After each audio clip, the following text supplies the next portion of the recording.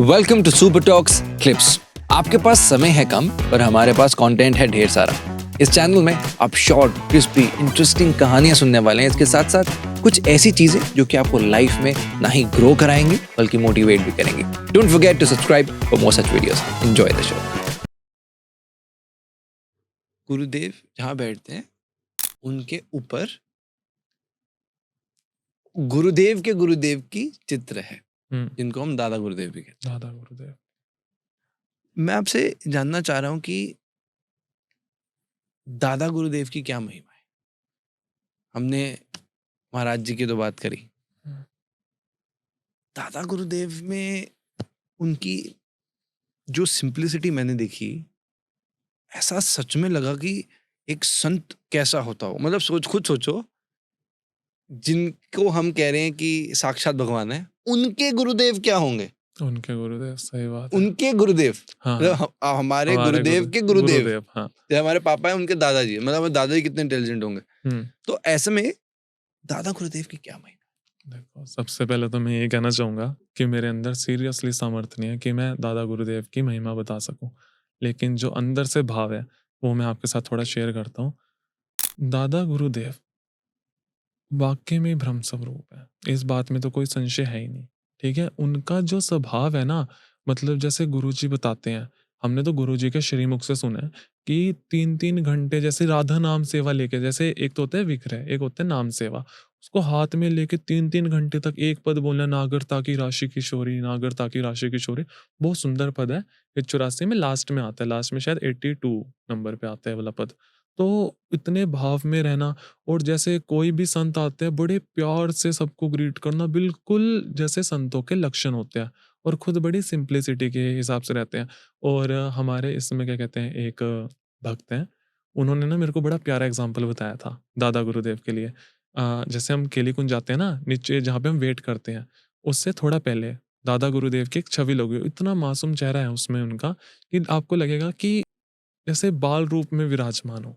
तो उसको देख के मुझे उन्होंने संकेत दिया था कि ऐसा हमारा स्वभाव भगवान के प्रति होना चाहिए। कहते हैं जो एंड गोल है ना, जो एंड में क्या कहते हैं, जो हम कहते हैं ना कि भजन अब हमारा सफल हुआ, वो ये होता है जैसे एक छोटा बच्चा अपनी माँ की तरफ नहीं देखता, बड़ी एक करुणा वाली आँखों से, उसको कुछ नहीं चाहिए, उसकी माँ उसको छोड़ दे, वो ऐसे हो जाता है एकदम विकल सा, उसको कुछ नहीं चाहिए, उसको सिर्फ उसकी माँ चाहिए। तो वो जो मासूमियत होती है, वो दादा गुरुदेव के चेहरे में झलकती है।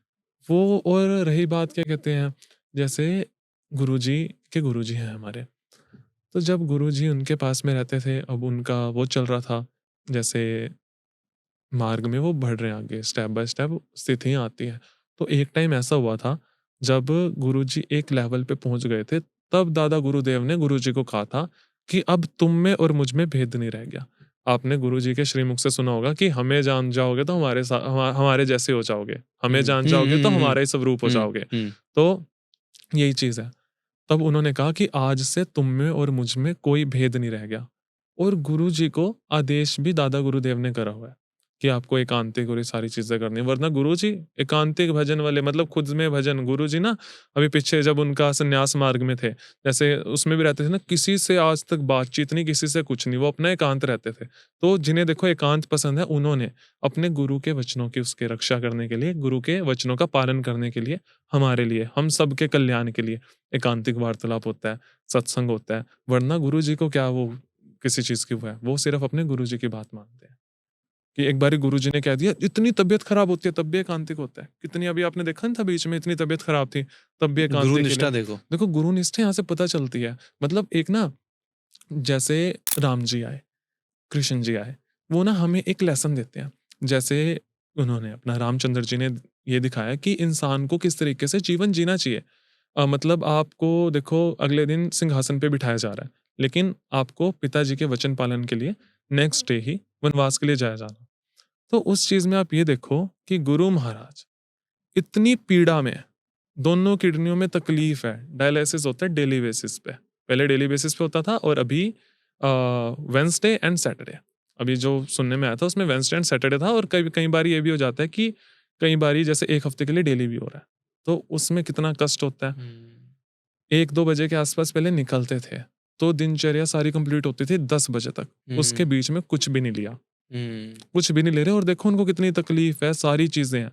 वो हम सब के लिए देखो सत्संग होता है, एकांतिक वार्तालाप होता है, तो वो किसके लिए हो रहा है। और देखो कितने लोग सुधर रहे हैं, जो पहले शराब पीते थे वो शराब नहीं पी रहे, जो गंदे आचरण करते थे बहुत वो, फर्क और आ रहा है। बड़ा इतना फर्क आ रहा है। पूरा यूथ एकदम सब ऐसे मार्ग में खड़े राधा होके राधा राधा और राधा कहते हैं अब तो राधा लाखों लोग खड़े होते हैं मार्ग में।